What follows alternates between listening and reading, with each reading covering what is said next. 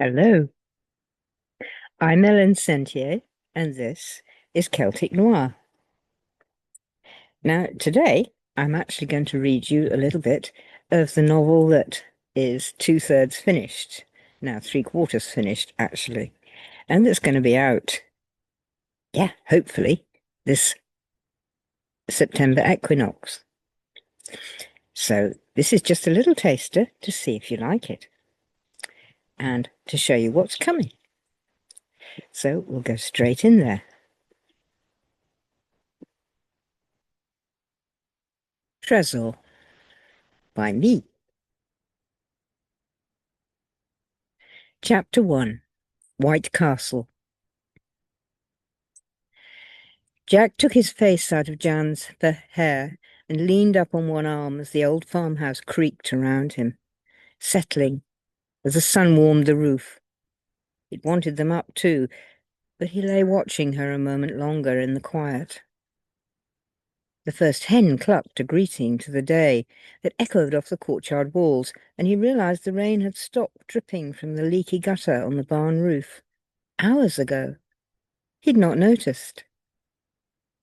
Now, the light sliding over the crest of the mountain slid a silver thread through the window to light her hair. Was she awake? As if to answer him, he felt her move. "I want to show you somewhere," he whispered. She rolled a leg over him, pulling him closer.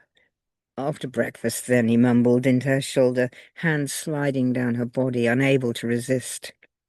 She pulled him closer still, sapphire eyes laughing up into his and lifting her hips gently so that he had no choice but to slide into her. Not that he wanted any, and the love play started all over again. Much later, in the entwined torpor of afterglow, the sapphire eyes caught him again, laughter softening, and for a moment they simply looked into each other. Jack touched his forehead to hers. They were one. They shot back into the everyday when Kellis leapt onto the bed and licked Jan's ear. "Oh, oh, what's your matter?" she garbled, ducking into Jack's neck. The cat moved to stand on Jack's naked shoulders and pedal his neck. "Oh, shit, what the—" Jan began to laugh, peering up round Jack's shoulders into the big green eyes. "I think he's saying it's well past breakfast time." "Ouch!" Jack yelped again as the cat nibbled his ear. "Do you have to do that?" He tried unsuccessfully to glare over his shoulder. Then there was a huge thump that made the whole bed shake. "Oh no, not you too." A long black wolf nose appeared over the cat, and a long sandpaper tongue slathered down the back of Jack's neck. He groaned. No help for it. Jan's lips captured his again, her tongue pushing them apart. She held him for a moment, and then pushed him hard, arching her back, heaving him, plus the cat and the wolf, off, and wriggled out from under. "We have to get up." She headed for the shower. "We could breakfast at the Tobac on the way," Jack shouted after her as he managed to disentangle himself from canine and feline bodies and followed her into the wet room. It did take another half hour while they daubed each other with soap, washing each other's creases, rinsing each other off. Then there was the fight to steal each other's clothes. An hour later, the Morgan pulled up by the pavement of the village épicerie Tabac. Tables crowded the narrow pavement, and one under the linden tree was still unoccupied. Jan snagged it as Jack went into the little grocery shop cum cafe. The intense, sweet, honey-like citrus scent from the blossom hung deliciously in the air. It had been a good morning, waking with the dawn chorus to Jack's insistent caresses, going into ecstasy again, rinse and repeat, and yet again. Now breakfast out, sat in the sunshine, with a backdrop of the Pyrenees. "Sorted," Jack grinned as he slid into the seat opposite her. A few minutes later, a young lad, glossy black curls curling onto his shoulders and arms sleeved into tattoos, brought a large tray loaded with a basket of hot croissants and baguette, dishes of butter, local honey, pelardon, homemade fig and apricot confiture. He eyed Jan speculatively. Army Astruck. He winked at Jack as he unloaded the tray and ate Jan again with his eyes, then trotted back inside, hips snaking slightly and whistling a love song. Jack burst out laughing, nipped her fingers with his teeth. He's right. I am lucky. 2 grandes tasses de café au lait later, and they were on the road again. Where are we going? Keller sat up in her lap now while Blaze's long wolf nose hung over her shoulder. You'll see. It's special. Been calling me now for a couple of weeks. The painting? Jack had been doing a pastel of a beautiful ruin set in the arms of the mountains. He'd just finished it the day before. A celebration? Dunno, he paused. Sort of, but not. No, it's more than that. He frowned now, sliding the Morgan round the hairpin bend. There's something there. Wants us. Calling. And now the picture's finished, we can go. It's the commission, isn't it? That painting, she insisted. And the dragon? Yes, no, yes. But the painting's only a means to an end, money in the bank. It's the place. I've known the place all my life. It's in my gut. I don't need a picture to be there. But the woman who commissioned you does. I guess. He jammed the Morgan down from fourth to second to negotiate the next right-angle bend up the steep hill. We're nearly there.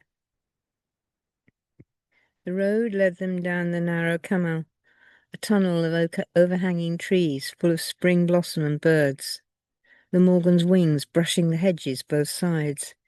At the bottom they splashed slowly through a ruisseau, wide but barely 2 inches deep, to come up in a fairy glen, with a place to park just on their left. A soft, whistling sigh escaped Jan's lips. It's like the Furley Grove back on Exmoor. Jack nodded, the secret smile twisting down the left side of his mouth. It's the back way up. Tourists don't know it. His eyes sparkled as he turned the engine off, and they sat watching, listening, for several minutes. Then Jan opened her door very quietly and stepped out onto the grass.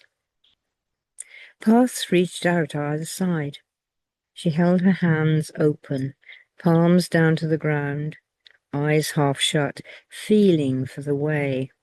And then she nodded, came round the back of the car, and set off up the track that appeared to lead round the edge of a huge rock, and stopped.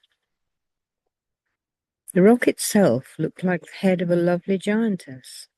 Her hair, the grass on its top, that fell down in a natural wave over one side and half hid the fissures like an eye and a mouth, a delicate aquiline nose angled up the side. May I come through? The eye fissure seemed to almost wink, and Jan stepped out on the path. As she did so, Jack got quietly out of the car and pulled the day sack off the back seat, shouldered it, and followed, to stop by the giantess himself and rest a hand softly against the stone until he felt the permission to come. Path led Jan round the stone head and up. A huge beech tree hung its 4 arms out over the path. Her feet crunched brownly on last year's leaves underfoot, and a great slab of rock across her path gave her foot another threshold to cross. She stopped, tapped the stone step 3 times with her foot, felt the invitation, then stepped up onto it and went on up the path. The place was so like Exmoor, and yet so not, too. Where had Jack brought them? She climbed on upwards, It wasn't viciously steep, but enough to use her muscles, going in steps like a giant stairway, and each step up making her pull hard. The path coiled its way up through the trees.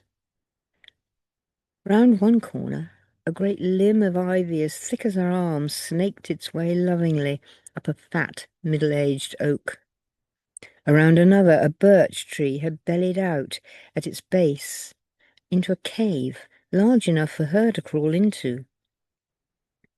She crouched beside the opening, peering in. It was somebody's home. Somebody nested there, for sure. The thick surface of old leaves and grass had been trodden down in a circular fashion, as if a large cat made her bed there. Maybe a wildcat's nest. Cat? She shook her head. She was alone. No Callus. No Blaze either. She'd not expected Jack to come with her. They always let each other explore a place first alone, giving space so each could get their own feel for it, share later. But Callus? And Blaze? One or the other, or both, would usually come with her, or tell her she was on her own. Not this time. She stood up, glanced back down at the tree cave. He said, "I want to show you somewhere," as he woke. It had sounded special, and from her walk so far it certainly was. The place had a feel to it, personal-like, as though it held memories of Jack. Did it hold memories of her, too? She shut her eyes, feeling down into the ground. Was there something there? Perhaps, maybe. Something that might be her, or might be another version of her, another time, perhaps. It felt very ancient. Was this a Cathar place he'd brought her to? One he'd not brought her to before? That felt right. She shook her head, grinned wryly. Ever the same, you only saw the things when the things knew you were ready to see them, and that won't be until I reach the top. She gave a low snort, rolling her eyes, and headed on up the path. Just where was this path taking her? The birds were quiet now. She reached out for threads again. Nothing wrong, apparently, but a heavy, waiting feeling. This was spring. Usually there'd be the delicious racket of them all busy remaking old mates, finding new ones, building nesting places together, establishing feeding territories, all the preparation for eggs and chicks. Usually they'd all be chattering their beaks off, squabbling over this and that, males hitting hopefully on females, females going, nah, not that one. Or sometimes, maybe, hey, how about it? But not here. Not today. It was as if the woods held their breath. Waiting to see what I will do, is that it? She paused again, looking up into the branches, one eyebrow raised. A branch dripped a few drops of late dew left over from his morning waking onto her cheek. I'll take that as a yes. She reached up smiling, touched a leaf. And now, suddenly, a high-pitched whistle sounded overhead. Kee! See! Sound. She stopped, head back, peering upwards, straining to see through the new green leaves. A lighter patch showed just ahead. She trotted to it, stopped again, staring up into the sky. There! Just a dark pinpoint circling in the thermal. Lower and lower it came. Her heart jumped. Could it be? She felt a wash of warmth come down over her. The path was straight now, opening up. She raced up it and out onto the open hilltop. Stopped again, hand shading her eyes, straining to see into the sky. But there was nothing there. She let go the search and looked around. She was high now. The peaks of the Corbière stretched out around her, the Pyrenees on the horizon. She must be 1,700 feet up. How'd she climb so high without knowing it? The hilltop where she stood was roughly flat, uneven, rocky white limestone, all surrounded by the dense, rugged mountain vegetation. The ancient foundation stones, scattered wall fragments, and patches of loose rubble of a Cathar castle poking up out of the garrigue.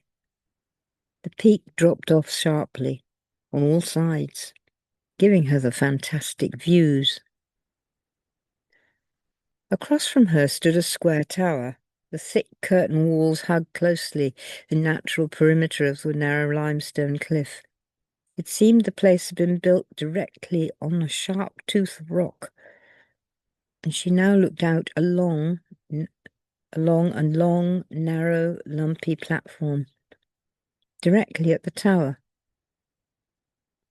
Low-slung, broken limestone walls sat either side, hugging the cliff edges. A narrow strip of ground led her eyes forward, across it, across the ground littered with loose limestone rubble, straight to the grey tower. Her vision swam. At one moment she saw a tall, soaring tower. The next she looked at the weathered, squat, square foundation of the core dungeon, its rough, irregular blocks of dry stone walling still held together by ancient, decaying mortar. She felt as if she was floating. Looking past the hollowed-out tower, she felt as if she stood on a floating stone ship, hanging high above the forested hillsides, all around. The tower drew her. She stepped out on the rough, narrow path towards it.